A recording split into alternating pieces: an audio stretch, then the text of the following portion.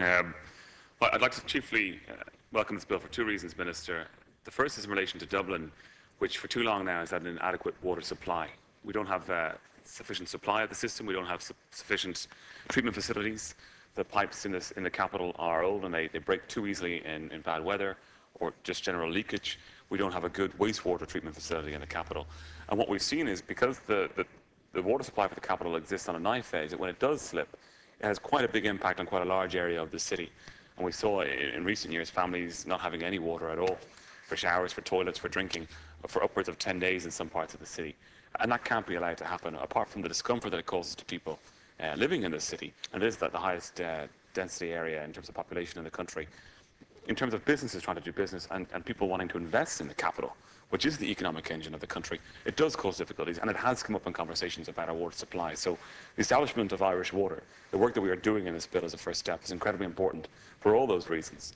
It's also welcome, I think, because it is a key strand of the New Era strategy, which was being drafted when I was coming into politics, and which I thought showed a very good vision for the country, the kind of work that should have been done in the boom years when we had the money, but wasn't.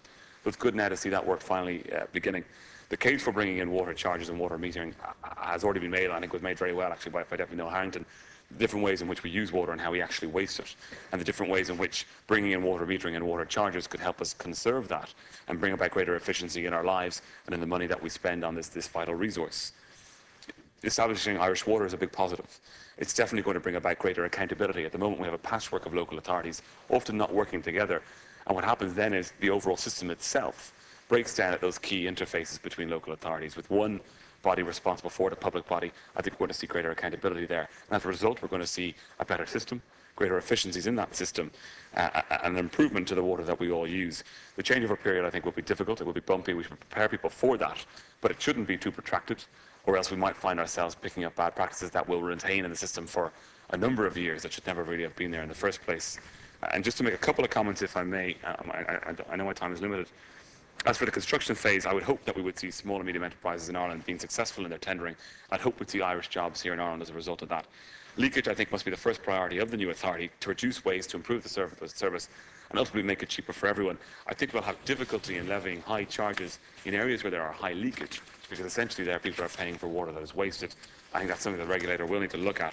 The metering phase will take time, and not all homes will come online at once, and I would caution against introducing a flat charge until such time as the metering phase is complete. Instead, I would defer any water charges until all homes are metered and could be charged on a per-usage basis rather than indiscriminate flat charge for all or some sort of staggered basis. Flat charges on utilities are not fair. As for apartments, there is some concern as to whether individual apartments could be metered, and there's talk of a single meter for a complex and then dividing the cost of that usage per apartment and not based on usage. I would caution against that as well, because I think that is unfair. If 1 minute remaining, Deputy. 1 minute, thank you. We need to look at this. I mean, we do seriously, because we're going to find problems in the future if we're not careful.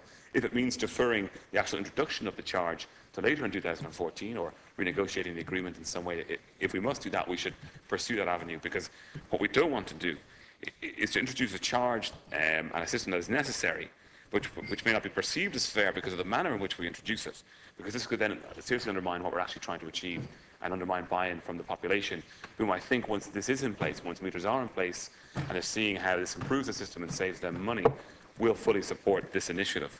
And they're just some comments on which I think will be a hugely important and positive development for the country, and I do congratulate the Minister on bringing it forward today. Thank you.